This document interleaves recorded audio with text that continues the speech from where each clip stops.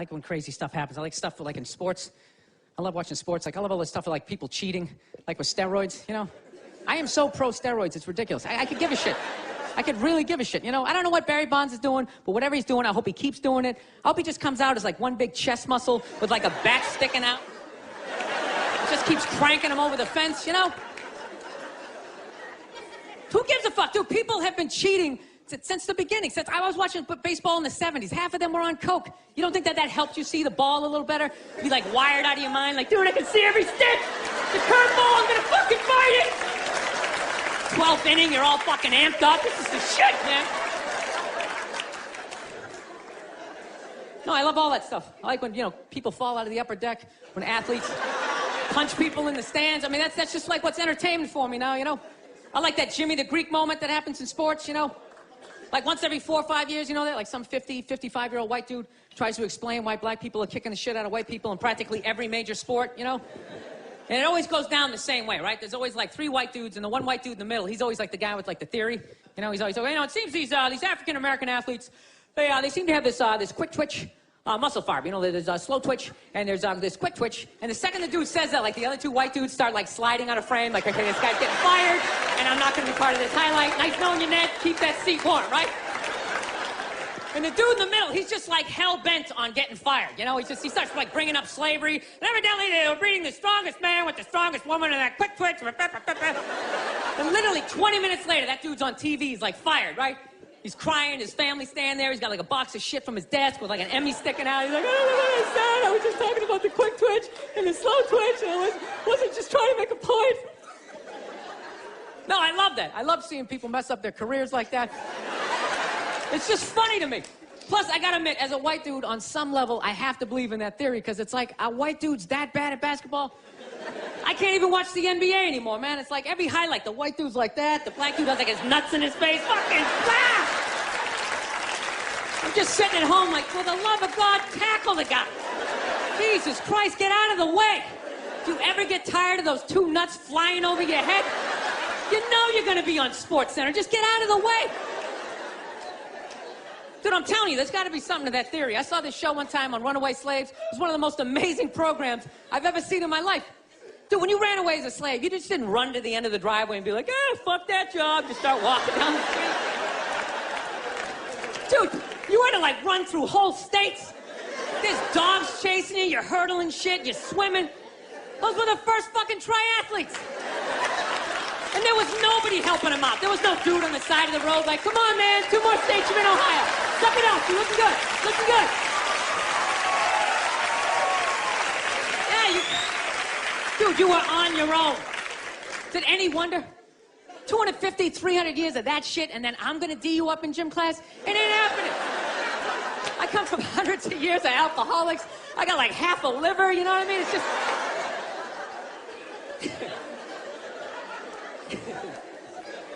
You know what's funny to me about that stuff? You can't even like, you know, I obviously know that theory's crazy, but it's just like, you can't even bring up how well black people are doing in sports. Everybody gets all weird about it, which I don't understand, because it's like a compliment, you know?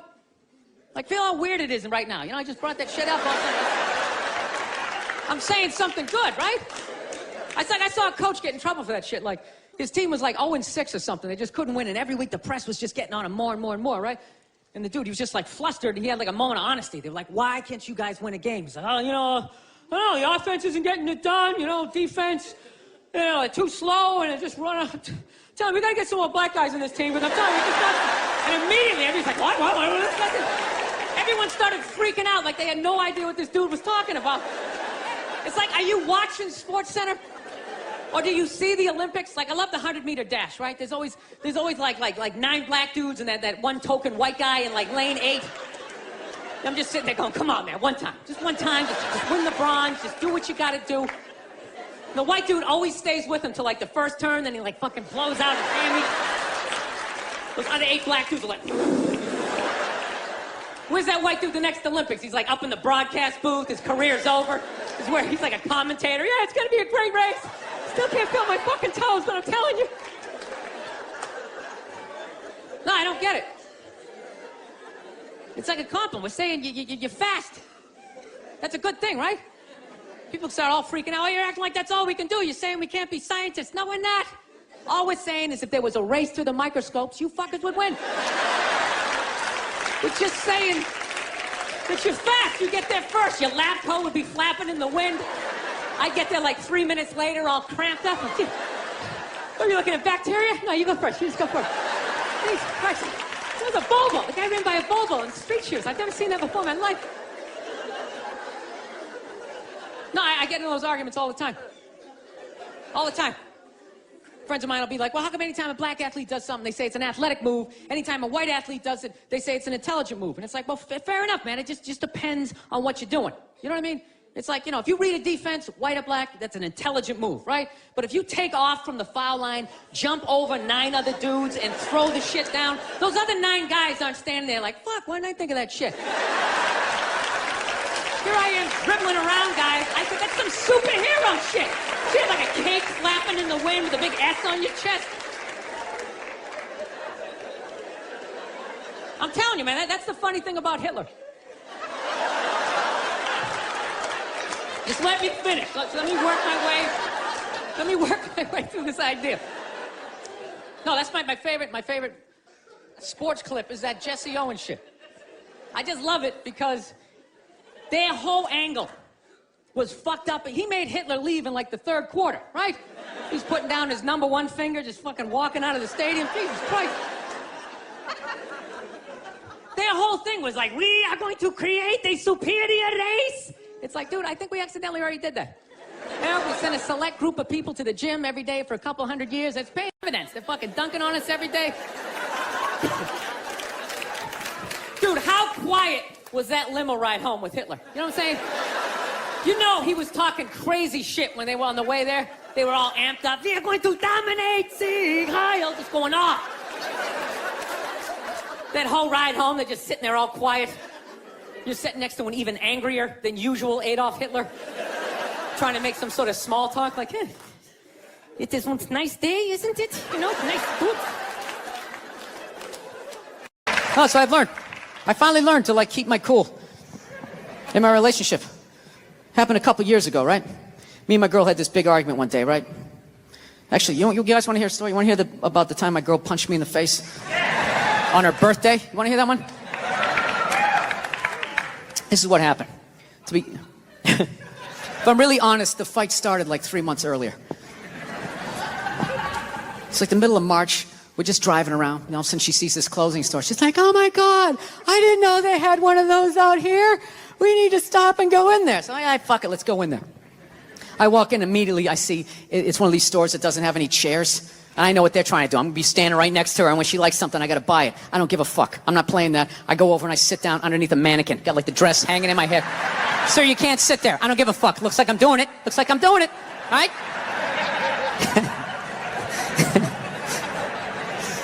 So unbeknownst to me, she finds some sweater that she likes, right? Some ridiculously priced, like $400 or some shit like that, right? So she knows it's not her birthday, none of that crap. She can't ask me for it. So now she's got to go into manipulation mode. What do I use? What do I use? Do I be sad? Do I pout? Do I use sex? Can't do that. You know what she went with? She went with the little girl, right? She just came out. She's just like, I'm like, what's up? She's like, saw something that I liked. And I just want to be like, well, then why don't you fucking pay for it? Well, she goes over and she shows it to me, right? And I'm like, it's $400. She goes, can you get it? I go, no, I'm not doing that. Fuck that. It's not your birthday. It's not Valentine's Day. It's March. What am I getting you that for St. Patrick's Day? Get the fuck out of here. I'm not doing it. So I don't know what happened. We're driving home, and somehow she manipulated the argument. Not that she asked for the sweater, and not that I said no. It was the way I said no, right? Got in this huge argument. Got so mad by the time we got back to the house, I just told her to get out. I'm driving away. So I just drove away in the Prius. Right? So fucked up about it, I had to call my sister up, right? Call her up to get a female perspective. She's laughing her ass off, going, you took all the bait, you're an idiot. I go, what do I do? She goes, well, why don't you go back down to the store and just buy the sweater, hold on to it, and give it to her a few months later for her birthday. And I'm like, fucking genius. Genius. I hate the pressure of the birthday. All her friends, so, what are you getting her? What are you gonna get her? Fucking sweater, bitch. Bam. That's it. Got it. Right? fast forward 3 months, it's her birthday, right? She's, I'm laying in bed. She wakes up. She wanted to go to some restaurant that night. She's like, did you make the reservations? I'm like, I haven't made them yet, but we'll be good, right? She starts freaking out. What do you mean? It's my birthday. What do you mean you didn't make the reservations? I'm like, sweetheart, it's a Tuesday in the middle of a recession. I'm sure that there's going to be a table, right? So she starts freaking out. In the back of my head, I'm like, I got this sweater. I'm good, right? So the more she yells at me, the funnier it becomes to me. But like an asshole, rather than laughing to myself, I sort of snickered out loud, right? Sort of giggled a couple times, and she just snapped, like, are you laughing at me? Are you laughing at me on my birthday? And then the more she yelled, the more I laughed. The more I laughed, the more she yelled, and it was just this vicious fucking thing all the way up, right? She got all the way to the point she was standing at the back door going, you're gonna laugh at me on my birthday? Fuck you! Boom! Slams the door. Runs down the stairs. At that point, I'm literally in the fetal position, like dying laughing, walking towards the bathroom. Then all of a sudden I hear, she came back up the stairs. And I'm not gonna lie to you, I got a little scared for half a second. No, I did. I was in my underwear. I was feeling vulnerable. She comes flying into the bathroom, and the second I saw her face, I knew she was gonna hit me, right? And I'm such an asshole, I actually have a game plan for when a woman's gonna hit you. Like, that's how many women I've pissed off in my lifetime. I actually know what's going down. This is how it is. Most women, they're flailers. All right? Unless they had some sort of MMA training, then you're on your own. You're probably gonna catch a few, right? But most of them are flailers. Most are right-handed. So you gotta guess overhand right. That's the first thing you gotta guess. So you get down in the pocket, right? That overhand right comes in. Bam, you catch that wrist. Second the right's coming, you know the left's coming. Bam, you catch that one. This is the crucial moment. Second you got the right, the next then you got the left, immediately you gotta step back and you gotta go like this. Because she's gonna try to kick you right in the balls. As she kicks you, then you spin them around, tuck your head down low because they will try to headbutt you, and then you just use the weight of your torso to slowly bring them down to the floor as you whisper sweet things. Oh, look at the tiles. Remember you picked those out? They go so well with the wallpaper, right? But she tricked me. She came into the bathrooms and she invented this new punch. She didn't throw a right, she didn't throw a left. She came, I think, this two-fisted, I called it like the defibrillator, right? She caught me in the shoulder and like in my appendix, just a fucking wham like that. Almost went flying back into the bathtub. And I caught myself, and she's all ready for me to take the bait and flip out, and I didn't. I just remained calm. I was just like, sweetheart, I think you need to go to work now. She didn't know what to do. She's like, and she just walked out. All right? Went down to the car, drove to work. I walked out in the kitchen, I got some Cheerios, sat down and started watching SportsCenter. Fucking 3 minutes later, all of a sudden the phone rings. All right? Pick up the phone, and I just hear her going, hi. Okay, things got a little crazy. I'm like, a little crazy? You almost split my head open in the goddamn tub. I'm sorry, I'm passionate. That's what they say when they start swinging. I'm passionate. I just have so much love for you. I try to cause you to have a seizure.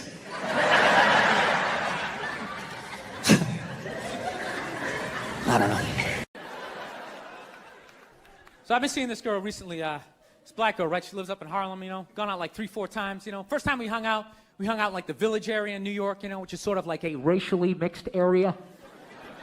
So shit was cool, you know what I mean? Second time we hung out was more like Midtown, Then the third time, she called me at like 3:30 in the morning, and she wanted me to come up to her apartment, right? So it's 3:30 in the morning, she lives in Harlem, I look how I look, so it's a fucking situation. Yeah, because you know the deal, right? Basically, a white dude feels comfortable up to about like 98th, 99th Street, you know what I'm saying? The second the streets start getting into like triple digits, like 100, 101st Street, start getting like a little asthma, like, ah, fuck, I'm starting to get a little high up here. You feel that little tightness in your chest? Can you feel that? 106th Street, you're like leaning on shit, like, dude, where'd all the cabs go? How come there's no taxis up here? Dude, what's a bodega? I don't know what that is. Let's get the fuck out of here. So I'm praying to God she's gonna tell me to take the subway, get off at like 105th Street, 103rd, which is like the first stop in Harlem where I can still look over my shoulder and see like all the white people like disappearing over the horizon, But she goes, no, man, you want to get on the Uptown 2-3 train, you want to get off at 125th Street. I'm like, God, fuck, 125th Street. Jesus Christ, that's like right in the middle of everything. I'm going to be surrounded on all four sides. I can't fucking do this. So, at this point, I'm really trying to hide like the bitchy tone that's starting to creep into my voice, you know? And I'm trying to ask for really specific directions for when I get up there, because I want to know exactly where I'm going. So she starts naming the streets I have to go down, and every other street up there is named after like a black leader, you know? She's like, make a left on Adam Clayton, take a right on Frederick Douglass. I'm like, God, fuck Adam Clayton. Yo, dude, go on the internet, look up Adam Clayton. Did he kill a bunch of white people during the slave revolt? Dude, I ain't going up there till I know what Adam Clayton did. Fuck this shit. So at this point, I'm really having a battle with myself. Because I'm thinking I can't do this, right? I'm like, I can't do this, but my dick's going, no, come on, man, we can do this, all right? Just relax. Pull yourself together and get on the goddamn train, right? So as always, I listen to my dick. Oh yeah, I get on the train. By the time I get up there, it's like 5 or 4 in the morning, right? I'm staying on like Malcolm X and like Danny Glover or some shit, right? I don't even know where the hell I'm at. But I see the street I want to go up. I want to go up St. Nick. I can literally see her apartment building, but there's like 5 or 6 black dudes standing right on the corner, right where I want to walk by. So I'm like, fuck! Felt like I was on like some reality show at that point, like some sort of like white guy survivor. It was ridiculous. So I'm thinking, I gotta walk right by these guys, right? You know what's funny? I think that they were actually more surprised to see me than I was scared, you know? And I was really, really scared, you know, but I'm also really, really white, you know? Like shockingly Caucasian. You know what I mean? Like if you're not ready for me, I can like surprise you. No, especially if you live up there. You've probably seen a white person for hours, possibly days. So when I show up, it's almost like magical. Like a leprechaun came out of nowhere, you know? Felt like I should have like a little pot of gold, like a rainbow behind me. Top of the morning to you, latte. Kind of danced my way past them. But it's been going all right, you know? Once I get in her apartment, I'm fine, you know? I relax. Sit down, you know, watch a hip-hop countdown. Pretend like I know the groups, you know what I mean? It's just getting there that's a fucking pain in the ass. But, you know, I don't get mad at it, because I figure, you know, black dudes got to go through the same shit, though, right? When you go out to the suburbs, go fuck a white girl, right? Just that same awful feeling of just leaving your people behind, you know, just less and less of you as you're fucking driving out there. Probably start off lean and you're all fucking cool. 20 minutes in, you're driving like 10 and 2, the radio's off. Like, dude, I don't like this shit. I don't like this shit at all. There's too much grass, I don't see any rims. This is fucked up. None of the windows are tinted. I can clearly see white people in every car. This is fucked up. Listen, you guys were awesome. Thank you so much for coming out. God bless you. Thank you very much. I've been battling with my girlfriend lately. She likes watching reality TV. You know those shows where they like stick 10 whores in a house? Somebody tries to find a wife, you know, who has the immunity, right? All those real housewives with those shiny Botox faces, all yanked back like they had their heads off the side of a bullet train, right? Why do people get facelifts? Huh? Can't you look at other facelifts and realize they haven't worked all the bugs out yet? Right? Is that what you want to look like? Like you lost a fight 3 days ago, you're just getting back on your feet? Makes no sense. I understand liposuction. They mess that up, you can put a shirt on. There's no shirt for your face. Dude, if you're thinking about getting a facelift, do yourself a favor. Just wait it out. Let them practice on other people's faces. When they work it out, then you go in. It's like hair plugs. Hair plugs don't look half bad now. Saw a guy in a commercial the other night. He's like, ah, God, I wish I did this 10 years ago. It's like, no, you don't. 10 years ago? When they were stapling ant legs to the top of people's heads. Everybody's eyes watering, trying not to look at your hairline. Dude, you gotta be happy with who you are, man. There's nothing wrong with being 45 and looking 45. Would you rather be 45 and look 45 or be 45 and look like a 28-year-old lizard? You know? That's basically your options. So yeah, everybody's getting in trouble because these goddamn groups. Look at the amount of old people that got in trouble this year. Old people get in trouble. Right? That older woman there that makes the cookies on the Food Network. Right? Yeah, Paula Deen. She got in trouble because she had the slavery-themed wedding or whatever the hell she did. You know? In defense of her, you know, you want to have an original wedding. There's not a lot of themes left, you know? You got to use the old imagination if you're going to try to blow people away with your creativity, right? I'm actually going to have a Holocaust-themed pool party later on this summer. I am. And everyone gets in the pool, yeah?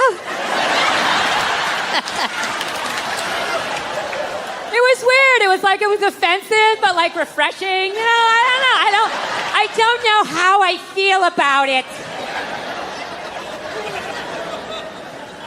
Yeah, she got in trouble. The old redneck on Duck Dynasty, that dude got in trouble. The owner of the Clippers got in trouble. And I'm not saying what these people did wasn't offensive. I'm not saying that shit. What pissed me off was at no point during all of these stories did anybody address their age. You know? They're fucking old. You know? What did you think they thought?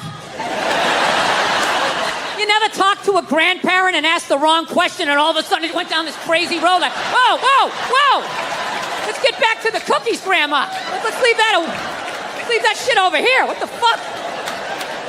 Yeah, they're old. What did you think they thought? I mean, I gotta be honest with you too. People were too hard on that Clippers guy, man. I'm telling you. For an 80-year-old white guy, that wasn't that bad. All right? Dude, he didn't drop the N-word once. That's unbelievable for an 80-year-old white guy. The N-word should have been carpet bombed through that whole tape. He never said it once. And if you go back and listen to that tape, I'm telling you, go back and listen to it. Other than Instagram, he's pretty fucking liberal. He's like, you can hang out with them, you can have sex with them, just don't promote it on Instagram. It was the weirdest, most compartmentalized, like, racism I ever heard in my life. Something about Instagram, I didn't get it. Other than that, he was wide open. You can make a snowman with them, go to a water park, rub your bellies together. Just don't promote it on Instagram. Hey, what about Facebook? I don't give a fuck about Facebook. Keep it off of Instagram. Yeah. Dude, you understand?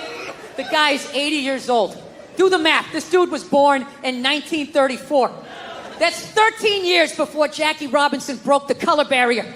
First 12 and a half years of this guy's life, he watched all-white baseball, and it was fine. First 12 and a half years. Up next, Whitey Willoughby. There's a line shot out to Peter Peckerwood. What a catch! Unbelievable into Chris Cracker. What a great day. What a great day for a ball game. White baseball, white players. Dude, his parents were part of the generation that finished off the genocide of the Native Americans. All right? That's who taught him his ABCs. You know? A, B, C, D, E. Hey, get that savage off my property! Get out of here! I thought we killed all you people! Put a fence around them! H-I-J-K. Yeah. What'd you think was going to happen? You know what? The owner of the Clippers, you know what his big crime was? He lived too long. He did. If he died around 1969, 1970, nobody would have noticed. Dude, look at Walt Disney. Walt Disney was a known anti-Semite. But he died in the early 70s. Nobody gives a shit. Look at him. He's got a castle, a bunch of mice running around. Nobody cares. This guy kept living. I'm telling you, you can live too long. You can live too long. I'm telling you. You wear out your welcome. I swear to God, this fucking guy, I bet in the 1940s he was considered like a hippie. You know? Just walking around, hey, you can hang out with them. You can have sex with them, man, you know? His dad's getting all pissed off. Let me tell you something. See? You stay with your own. Hey, stay with your own. That's true, though. Life can pass you by. It happens.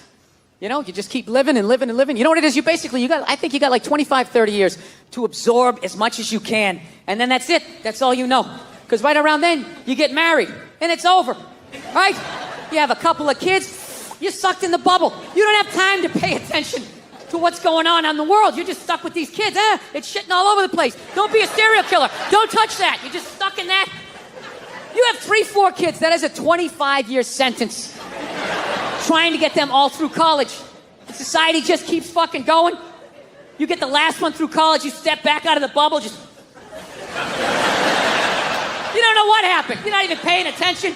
You go back to your old record collection. Right?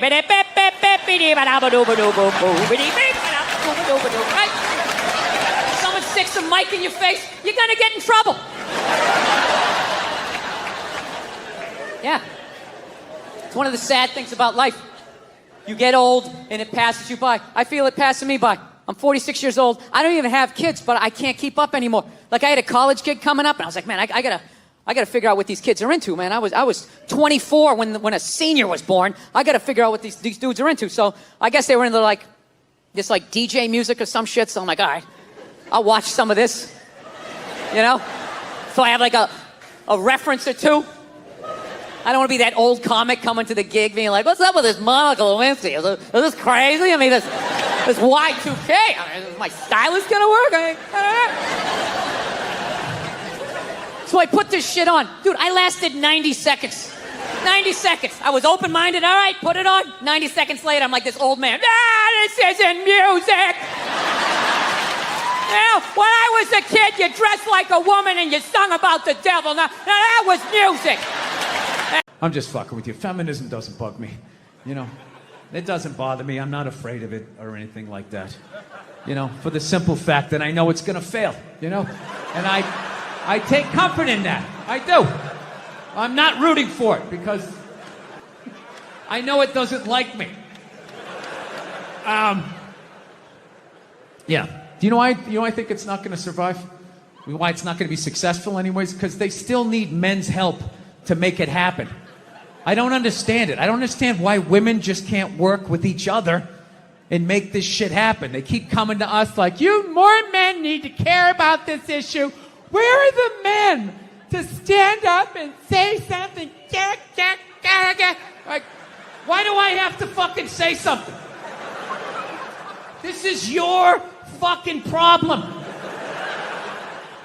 Why are you always dragging us into this shit?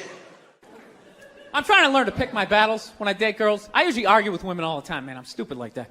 You know? Like I dated this girl one time. She was like really into like women's issues. So we used to always have these dumbass arguments. Like one time she came up to me, she goes, okay, explain this to me, Bill.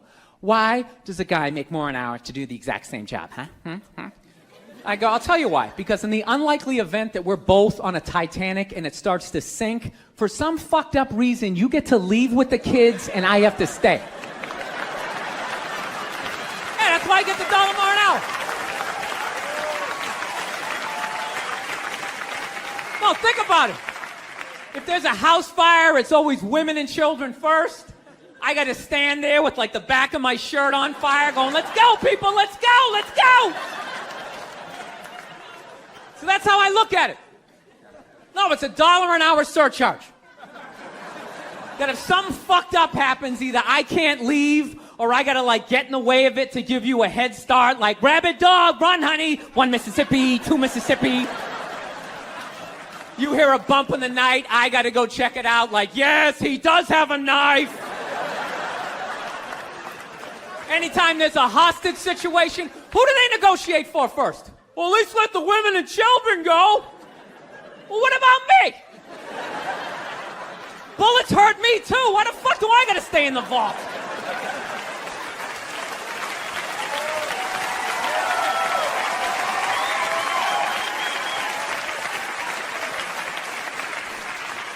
No, that's my point, man. Where are all the feminists in those situations? You know what I mean? You can't find them. There are no feminists in a house fire. That's a guarantee. You could take the most hardcore feminist, some chick right in your face, like, you chauvinistic son of a bitch, little short, little haircut, the whole 9 yards, right?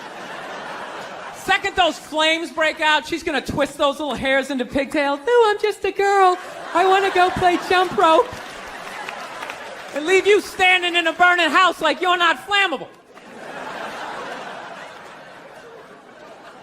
You know, but I'm not a dick, though. I'm not saying I think a woman should make $1 less an hour to do the same job. All I'm saying is if you're going to make what I make when the boat sinks, you better be standing right there next to me, listen to that guy play the cello. Then you get the corner office. You get all the benefits or whatever. Wait, I have a question in regards to just becoming a dad. One of my favorite bits of material that you did, I thought it was one of the ballsiest pieces of material that you did, was in a few specials ago when you talked about how women praise each other all the time for being mothers. And they say being a mother is the hardest job out there. Most difficult job, and Oprah said that. Oprah said that, yeah. Has your opinion on that phrase changed at all since you've had a kid? No. It's not the most difficult job on the planet. It just isn't. Dude, I did roofing in July. As a redhead, I almost died. There's people that work on like oil. What was that movie that guy made? The oil, the fucking, they drill oil. What is it? There Will Be Blood? There Will Be Blood. The out in the ocean, they would drill. I can never remember the names. Deepwater. Mark Wahlberg was Deepwater in it. Horizon, yeah. Those guys were working on an oil rig. The fucking thing blows up. They're on fire. They got to jump into water that's on fire. Salty water into their wounds. You got to swim out of that oil and fire and then tread water, praying to God that the Coast Guard is going to get there before the sharks do. Now talk to me about a toddler. Oh, he was so fussy today. He wouldn't eat his peas. Yeah, and just the level of reward that is, as annoying as a kid is, like they smile at you and it's over. It's over. So, I mean, you don't get that, working on an oil rig when your buddy's greasy face lights up. You're like, you know what, it really is all worth it. No, it's pandering. It's pandering to the same way I just said I just became a dad to get the applause. I liked it. I'm going to take the subway out here. I'm just going to yell that on the platform like a crazy person. Just became a dad. Yeah, there's nothing stopping you other than the fact that you guys are just into destroying each other. No, now it's going to get quiet. I see all that sneaky shit you do. Ladies, if you could just support the WNBA the way you support a fat chick that's proud of her body and is no longer a threat to you, that league would be doing better numbers than the NBA. Oh my God. That's one of the saddest things I've ever seen. Oh my God, you're a goddess.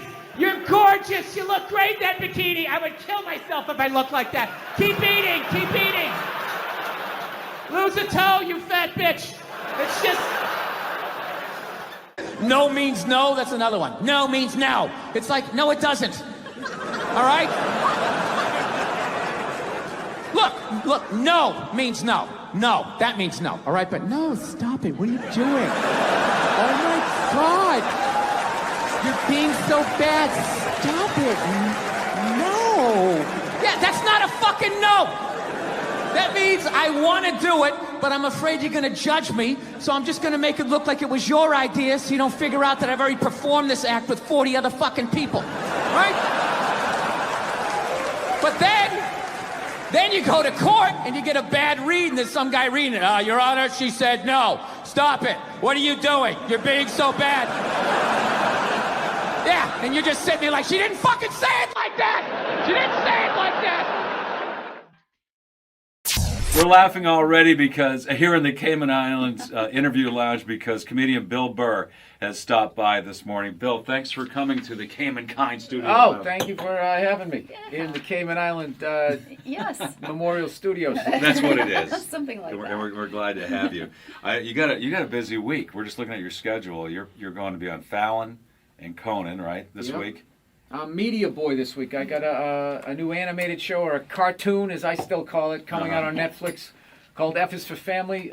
6 episodes. It's about this family, the Murphy family. It takes place in 1973, and it's the 70s as far as how Mike Price, one of the co-creators of the show, how we remember it.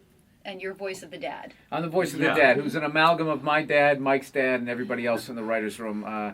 It's basically we set it back where in that time where you could, kids today, they wear helmets when they ride bicycles. They have play dates and all that. And back then they just sent you outside, like get out of here. It was Go great. outside. Yeah, you could literally bring a gun to the airport back then if you had You your literally briefcase. As long as you didn't wave it around, it was fine.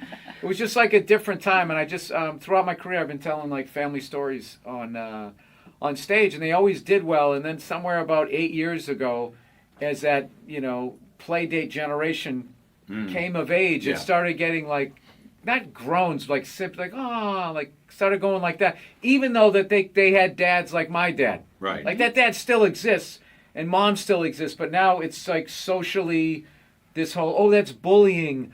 Oh, that's traumatic for the kid, and it just became like this overly thinking things, and so I just got frustrated and I stopped telling the stories, but I knew they were still funny. And one day I was walking my dog, I was like, what if I just animated them?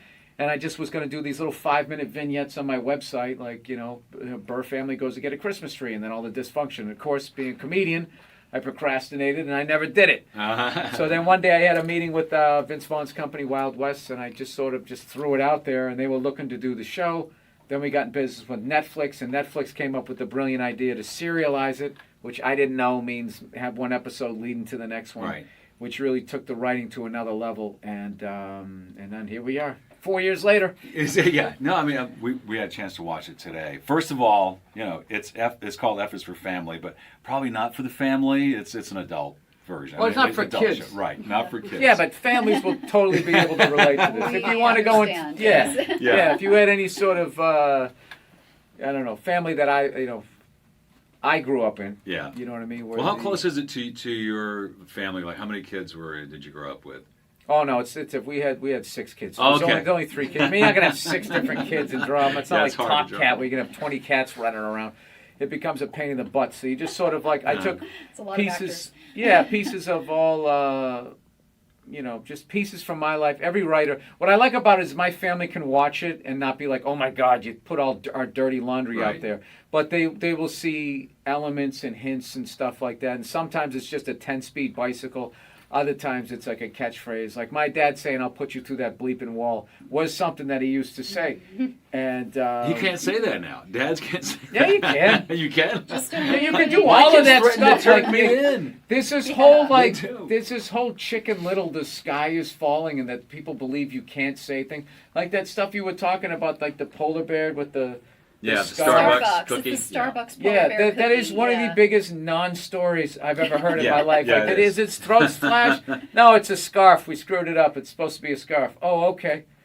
That's It's a what it huge should story. be. As opposed to be everybody flipping out. Right. Half of those people flipping out about the polar bear. They have iPads and flat screen TVs that all end up in the ocean, Right, which is right. why those polar bears are drowning. That's why, yeah. But you're not going to adjust that part of your life, but you're going to bitch about the cookie. Right. Yes. But Yes, So- about the cookies. Yes. but F is for Family. When is it available on Netflix? December 18th. Okay. All you can binge watch all of them. Binge watch. They're Yeah. all there's So it took us over a year to draw and do all that. And you Well, can, that's what Done in people a few do now. hours. you can watch it all in about That's 2 what we're hours, gonna 40 do. minutes, and be like, "Hey, when's the next 6 coming out?" But I'm really proud of it. It's not just like we can curse on the show, which we Yeah. obviously. That's what I we meant by do. saying for the kids. Yeah, you know. but there's still a lot of we still. There's that baby of the greatest moment in the end, like when it Right. always came back. And I just remember with Right. my family, we're going to get a Christmas tree, and there'd be all this traumatic dysfunction of Yeah. trying to get the army of kids and everybody into the car and having the whole thing Station work. wagon. Right. Yeah, and then, but then in the end, the fire's going, you're decorating the tree. And it all works Yeah, out. and everything settles, the dust settles Yeah, it's all back good. down again. Yeah, it was very. No, the show's great, and we really enjoyed it. And it's funny, and it does have that that honeymooners kind of like you said, baby, That you're element, great. yeah. Yeah. But it's a really cool to watch it because to me it's a period piece. I grew up in the '70s, phone on the wall, like you said, the Stingray's a 10-speed bike, so it's going to be fun. And I think even for a younger generation to look back and go, wow, that was probably a cool time to grow up. But also, I think a lot of them can also relate to the same stuff. I mean, we're going to have, kids wanting, taking out the family car, kids trying to hook up, and. You got some big stars, some big voice stars. Oh, Laura yeah, Dern's in it, yeah. right? Laura Dern does the voice of Susan, Frank's wife, the character that I play. Justin Long does Kevin. Haley Reinhardt from American Idol does the voice of me, little me, I should say. Oh, is that right? Debbie Derryberry. Nice. If you watch any Pixar movies, she's probably in all over it. Gary Cole, Dave Koechner. I mean, it's a big name. Sam how does Rockwell. that happen? Like, how do you get these people? You know on what? board We for wrote a that? great script. Right. That's what happened. We wrote a really funny script, and then I forget who signed on first. But once you bring one of them in the boat, then all of a sudden it becomes, oh, this is a real thing. And it was probably the most exciting thing was getting people that I have all that respect for to actually react to what we all wrote. And,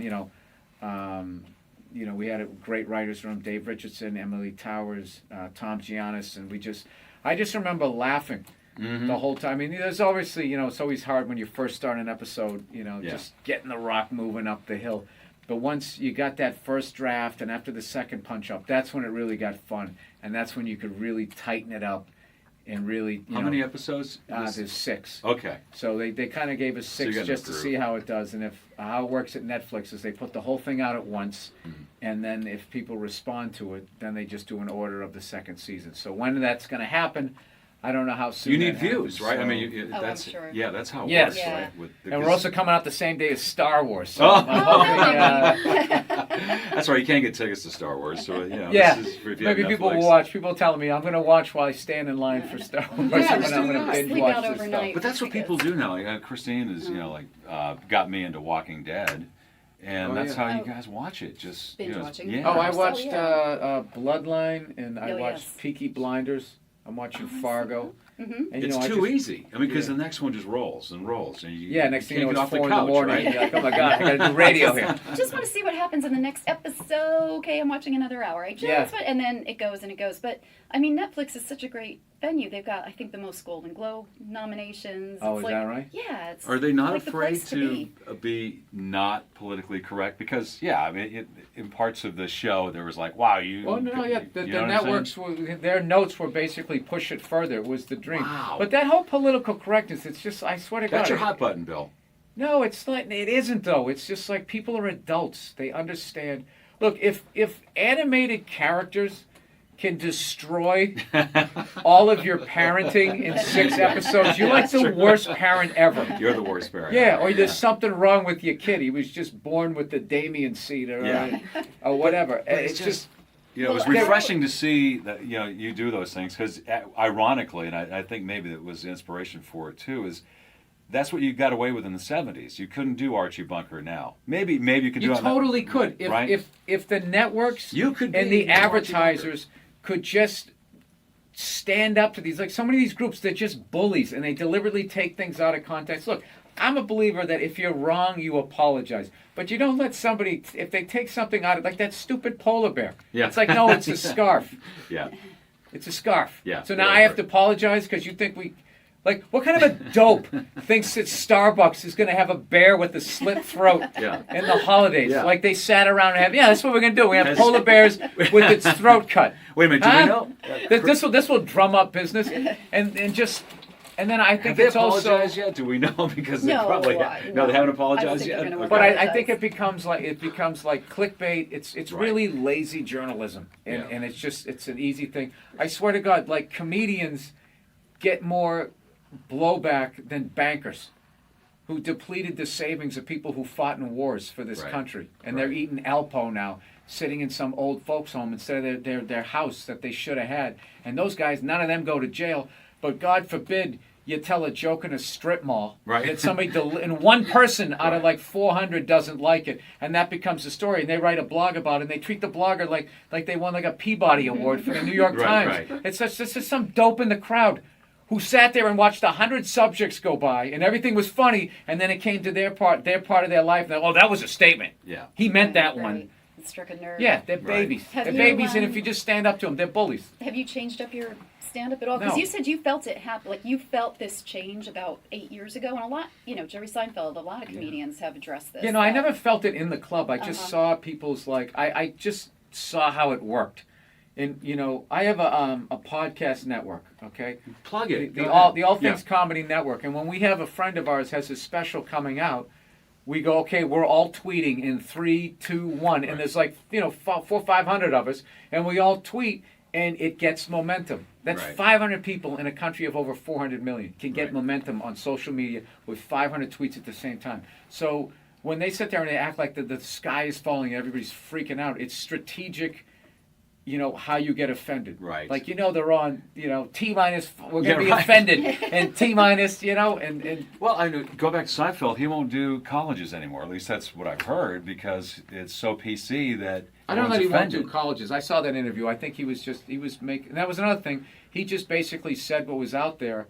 And then even that was like, is he thinking about retiring? And even then they blew that up. It's just constantly, I think, because there's so many places to watch and listen to things now. If there's any ripple, you have to make it look like, oh my God, what is this? And try to like just pumping everything up and making a story even when there isn't one there. So it's a cartoon. It's adult humor. There's adults. It's fun. Nothing bad is going to happen. Yeah. ISIS doesn't get stronger. It's just relax. Just sit down and watch it. If you don't like it, don't watch it.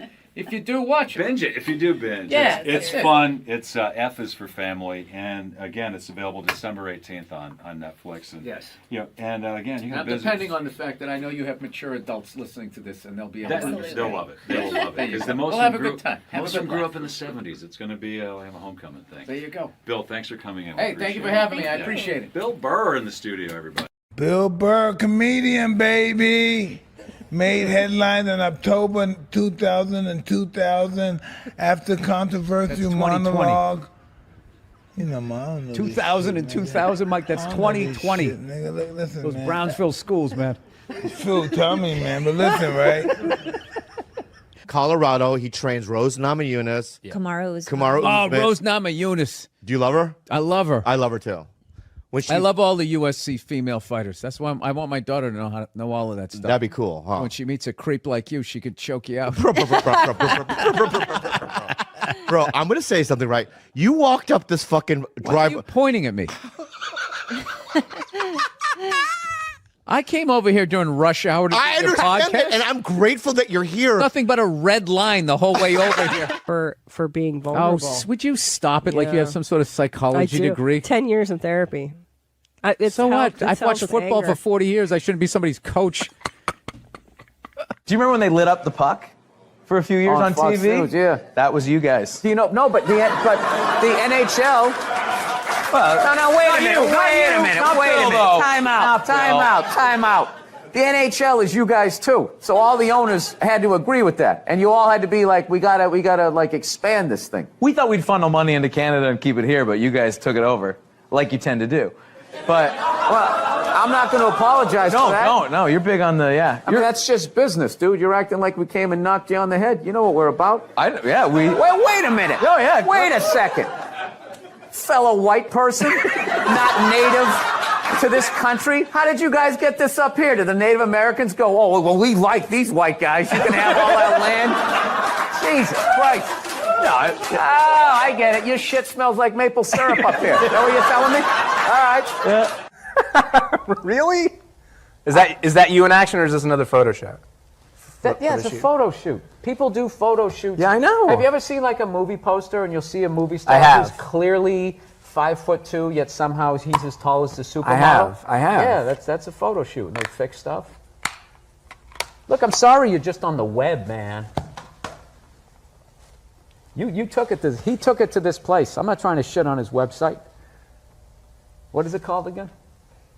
Huh? Zippitydoodah.com. Because the older guys, Robert Kelly's and all, they all call you Billy. Colin calls you Billy, but I fucking Bill. I'm you know just what I mean? immediately noticing. I don't know about the chain if it's Yeah. thick enough to be that level of confidence. Yeah, but that's more of a necklace. When the chain's out, he has on a fat chick ankle bracelet around his fucking neck. You have 9 different positions since you've started this sentence. Yeah, because I've been training with Trevor Whitman. Oh yeah, with my footwork. Yeah. Oh, Trevor Whitman. Oh my God. Do you know him? No. The deepest couch in sports entertainment. A lot of people think that they're uncomfortable with my elevation. Are you uncomfortable with it? No, I just see all of your insecurities. Your giant desk. You gush over your daughter. Not everyone gushes. Did your dad gush over you? I mean, I was too little. Yeah, no, my dad actually at work did. At work, that's when I learned, like, oh my God, yeah, he really likes us. But when he came home, yeah, he was cracking the whip. How's your bed made? You do your studies? Well, why not? You know, it was that shit. And he also had a zillion kids, so I mean, yeah. Really? How many siblings do you have? I don't know, dude. The internet's too fucking weird to give out all that information. Oh, you don't even want to say how many because you're afraid that it will somehow by all means, compromise keep your talking privacy. about it. Is there any way you can cut this out? I'm honest, dude. Like, seriously? Yeah, no, dude. There's fucking lunatics out there. Okay. Whoa. Off the air, I'll cut. All right. Jeez. I love how surprised he is. Jeez. Well, you can mention the amount. There's absolutely crazy people out there. Yeah. No. Are you in the I process? cannot get comfortable in this fucking chair. This is just like one of the worst things. This should be like in a museum, is like the prototype. This is what, this was the awful level of comfort. We went from a log to this, and then eventually they got cushions. It's another guy looking at his phone. I swear to God.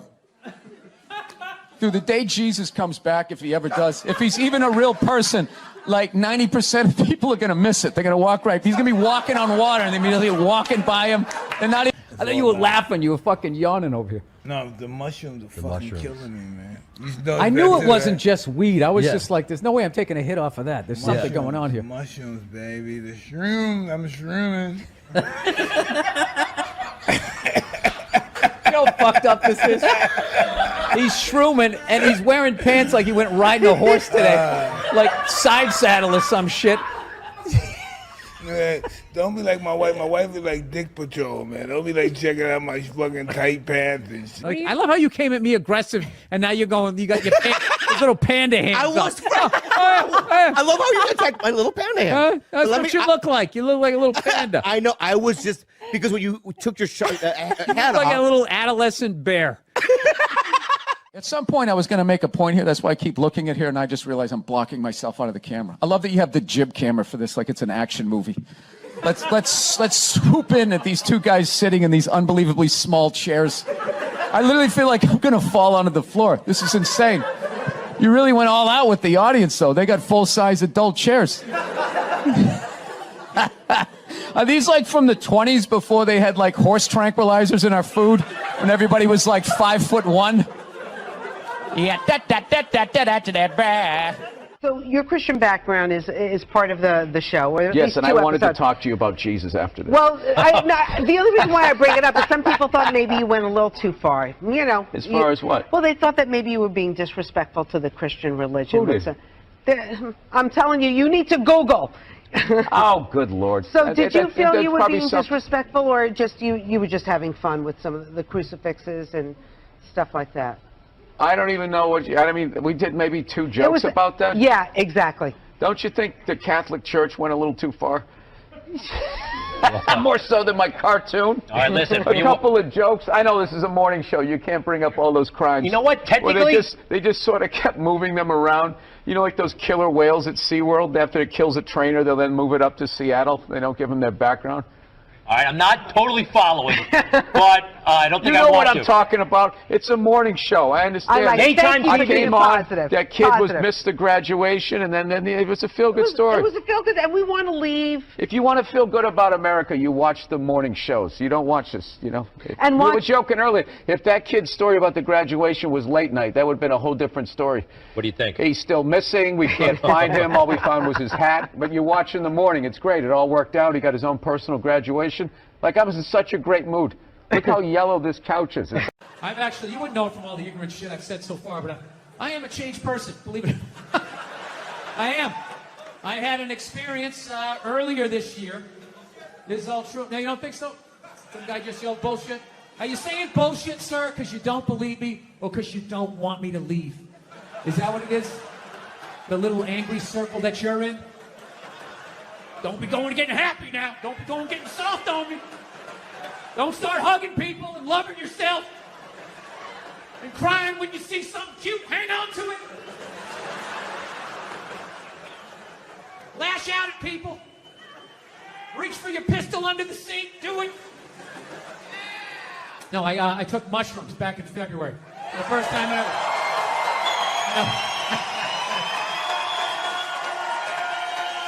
This is the perfect state to tell this story. You guys should literally have mushrooms on your fucking license plate. All right, so here's the deal. I never fucked with anything like that. I was always a booze guy. I all right, relax, everybody. I always get nervous when I get white guys going like, yeah, all right, woo, build the wall. I'm fucking around. Relax. It's frightening to listen to, but that's what being a guy is. You're not allowed to have emotions. So that's all of that shit comes out when you drink. Do something dumb so I don't feel stupid.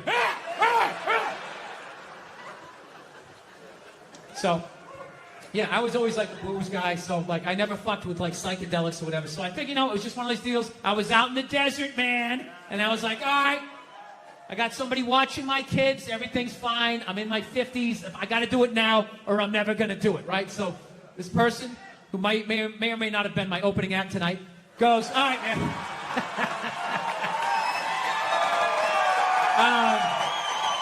He's a good man. He says to me, he goes, all right.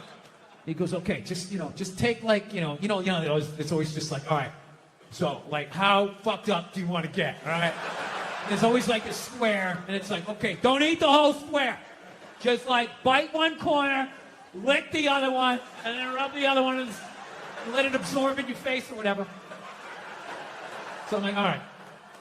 He goes, how far into it do you want to go? I go, I just want to trip a little bit, nothing fucking crazy. So he goes, fine. So I eat just a little bit. So I get a little nauseous or whatever. At first it feels like I ate some weed, but then all of a sudden, like I notice shit that's not alive, looks like it's breathing, right? Like the refrigerator, it looked like it just did a lap around the house. It's kind of... Nothing threatening, It's just like, it needed it,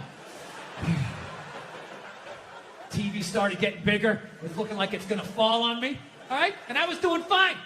I was like, I know that TV's not getting bigger. And if it is, I don't give a shit. Go ahead. Spill that pixelation all over me. I don't give a fuck. I know I'm tripping. I'm having fun. I'm giggling. I'm laughing at shit. I'm putting things together, right? And everything is fucking great. And all of a sudden, about an hour in, all of a sudden, this profound sense of loneliness and not feeling loved just washed over me. Yeah, and I was just like, I fucking knew it. I fucking knew it. This is why I didn't do it. I knew I had too many demons. I knew I wasn't going to see God and fucking unicorns and slide down the rainbow and roll around in the grass. I fucking knew Satan was coming up. There was going to be a guy with a knife and shit. I was just like, all right, go ahead. Drag me into the abyss. Let me see how fucked up I am. And this feeling, it just enveloped me. And I don't even know how to describe it. It wasn't even a feeling. It just was. It just was. So I'm freaking the fuck. I'm just sitting there like, what the fuck? I can't get out of it, dude. Like, I could walk 100 fucking million miles. I can't walk out of it. It just was. So I didn't want to, everybody else is like tripping. I don't want to fucking ruin their trip. So I'm just like, all right, dude, I'm just going to go to the bedroom, oh, look at the refrigerator.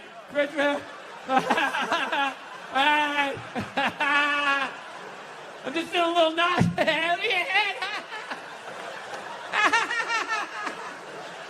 Just playing it off, right? Going into the fucking bedroom, and I'm just laying down in the bedroom like, dude, what the fuck? What the fuck? And every time I thought I felt the bottom, it would just further into the bed. Further into the bed. Further into the bed. So about a half hour later, my wife comes in. She's like, hey, how you doing? Typical guy. Good. I'm doing great. Doing great. It's going great.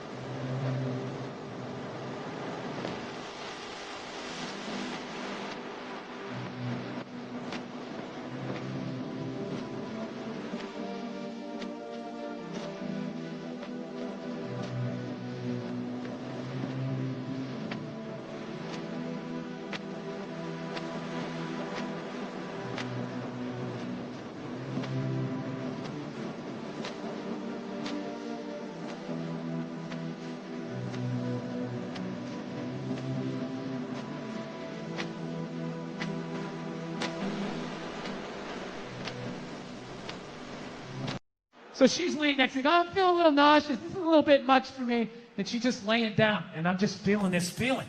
Not feeling loved, profound sense of loneliness. So now I'm just looking at my wife, and my brain just starts going like, oh fuck, did I marry the wrong person? Why am I looking at... I know that seems fucked up, but once you're married long enough, even not on mushrooms, you have that thought every fucking 6 weeks. You just do. Something happens where you just look at the side of their head and just do the math and just think, why did I ever talk to you? Why did I could have just walked by? I didn't have to say hello. We had no relationship. We were nothing. Why did I ever talk? What would happen if I just never talked to you? Every 6 weeks, you think that's a healthy relationship. That means you still held on to a part of yourself. That even though you love this person, you still want to fucking run around like a Mustang a little bit, right? So anyways, I'm like, okay, I was freaking me out even more to think of my wife and be feeling that. So I was like, fuck, I need to pull the ripcord. I gotta get out of this. I gotta get out of this fucking, it's like a giant beanbag. I couldn't get out of it, right? So I was like, oh fuck. Think about your kids. Now my kids, I love my kids. And I know they love me. There is no fucking question. And I start thinking about my kids. And I still felt that feeling. And I was like, all right, what the fuck is this? Because I know that's bullshit. And I just sort of laid there. And I relaxed. And I went, oh, fuck. I know what this is. This is how I felt growing up. Yeah. This is what the 70s and 80s were like. Both your parents worked. You got a set of keys to the house when you were 3. Get outside. Get the fuck out of my face, right? It was fucking nuts. Yeah, I grew up in a very, angry time. You were afraid of your dad, your dad's dad. I talked about this shit before, but I'm still working through it, so just bear with me. You just were fucking, yeah. I love seeing kids nowadays loving their dad. Like, Dad, what's Dad?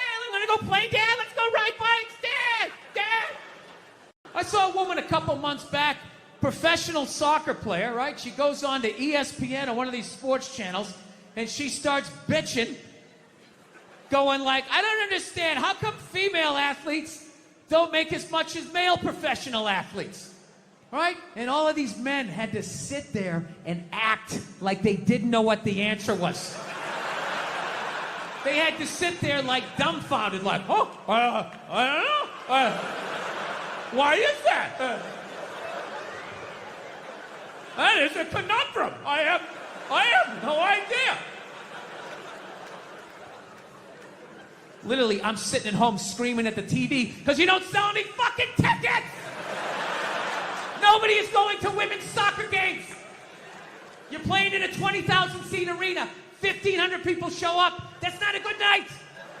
The promoter lost his fucking ass on that gig. I'm not saying no professional female athletes, Serena Williams, the women in the UFC, but nobody's watching your fucking sport. And then you're gonna come and you're gonna get mad at fucking men. They keep doing that shit. Why are you yelling at us? It's not our fucking job. It's not my fucking job to give a fuck about women's soccer, okay? I have men's sport to pay attention to. It's your bullshit, right? Dude, look at the WNBA. Dude, nobody in the WNBA got COVID. Nobody. They have been playing in front of 300 to 400 people a night for a quarter of a century. Not to mention, it's a male-subsidized league. We gave you a fucking league. None of you showed up. Where are all the feminists? That place should be packed with feminists. Faces painted, wearing jerseys, flashing their titties. Going fucking nuts like the guys do. In the upper deck with their big beer titties. Am I on the Jumbotron? Am I doing it? Yeah. You didn't. None of you went to the fucking games. None of you. You failed them. Not me. Not men. Women failed the WNBA. Ladies, Name your top 5 all-time WNBA players of all time. Come on.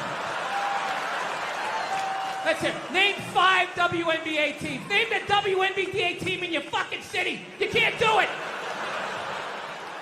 You don't give a fuck about them. They play night in and night out in front of nobody. It's a fucking tragedy. Right?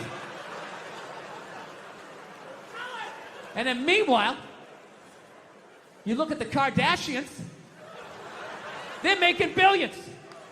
You look at those Real Housewives shows, they're making money hand over fist, because that's what women are watching. And the money listens. You don't want to watch this shit, you watch this shit. They just shoot it over there, drowning these whores in money. In purses, in shoes, in Botox. It's just raining. It's raining money. Yeah, so the money listens. You'd rather watch that shit. Real Housewives, bunch of women just tearing each other down. Well, maybe that's why your husband left you. Maybe that's why your husband left. That's why you can't have kids, bitch. That's why your ass is as flat as your titties, bitch, right? That's the message you sent. We would rather watch that than see a bunch of women come together as a team and try to achieve a common goal. We would rather watch them absolutely fucking destroy each other. Yeah. No. And then in the end, you come back and you fucking yell at guys. And it's like, all right, so let me get this straight. I have to buy you a drink, stop the axe murderer from coming through the fucking window, and I have to watch WNBA games for you? Like, when are you gonna pick up your end of the couch?